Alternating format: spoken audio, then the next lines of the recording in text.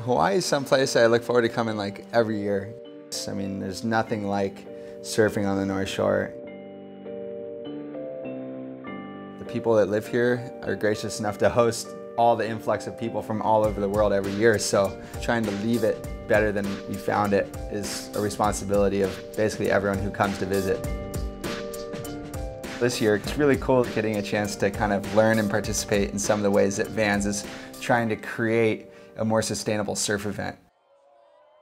Before we took off to Hawaii, I had a chance to go up to Channel Islands and meet up with Kevin Wilden from Sustainable Surf and see what they got going on in creating eco-friendly surfboards. So Sustainable Surf, we're a nonprofit based in California.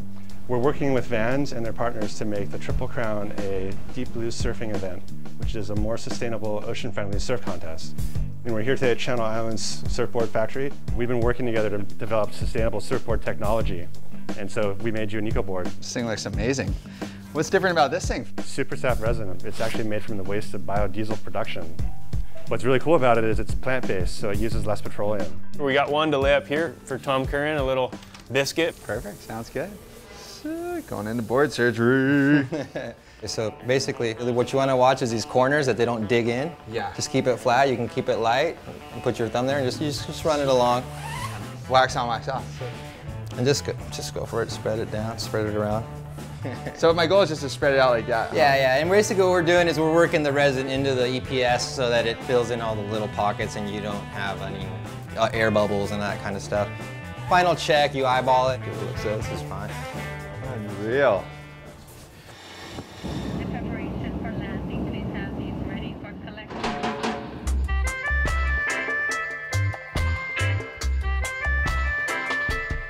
And it's also amazing just to think that biodiesel fuel is what's powering the whole Triple Crown. I got a chance to meet up with Jenna Long from Pacific Biodiesel.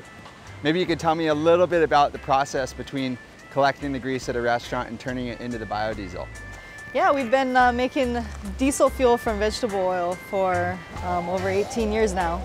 So because we're making a high quality diesel fuel that can be used in any type of diesel engine, we're able to provide the fuel for the diesel generators that are powering the VANS Triple Crown event. So possibly this could be the fuel that's going to run the contest next week. Could be, yeah.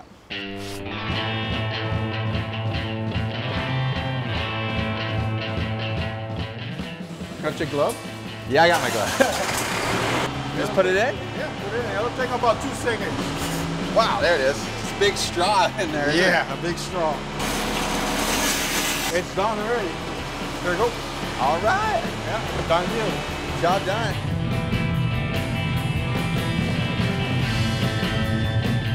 So we've got the vegetable oil there right out of the fryer. Pretty much the stuff right out of the restaurant yesterday. Right from the restaurant. Now that we've got it to the plant, we can dry it and filter it.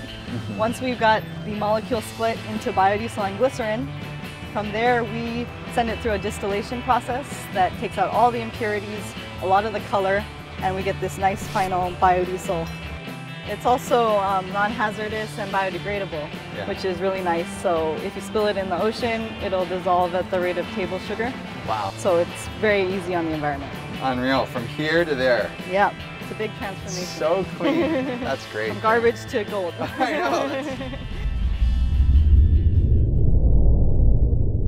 So after we left Honolulu, we ended up going back to the North Shore and got a chance to meet up with Jim DiCarlo from Each One Teach One Farms and see what they got going on right behind Pipeline. Each One Teach One Farms is responsible for the whole composting component of waste from the contest. All your plates, your cups, your utensils, all of that stuff is not going to go to landfill, but it's actually going to go right here to this farm and turn back into soil to feed plants. So this is like the first step to composting. We're going to be running this stuff through the chipper. Fire up the engine on that thing. And this whole idea is to break it down into smaller pieces so that I can break down faster. What we're going to do next is just kind of like rake all this stuff together. Yeah, get it into like a pile right here. We're going to add some food waste on top. This is seasoning, huh? Yeah. And then we're gonna throw some mulch. That's gonna be a layer. And that'll seal it up kind of thing. That'll seal it up, and then we can actually keep building on top from that point. Yeah. Wow, really, the fork's pretty effective. Yeah. This is valuable stuff right here, you know? This is fertility, so there's no reason to dump it in a landfill. So it's just a big cycle, huh? I mean, that's what nature does though, right? There's no landfills in nature. There's nobody fertilizing in the forest. Yeah. And that worked out pretty good. Yeah. Really, like, what this is an example of is that it doesn't take massive change and massive action. It just takes a little bit. You know, we're doing this here, just a couple of people. Yeah. We're diverting waste from an entire surf contest. It's crazy. You know, so it's an example to everybody out there that small changes can have a big impact, and that's what we're all about. Right, there it is. All right. You know, it's really kind of an easy thing to participate. I mean, there's some great infrastructure already set up, and all you have to do is kind of contribute, you know, putting your trash in the right pile or making a decision to use biodiesel over normal diesel, and it's actually creating a positive impact.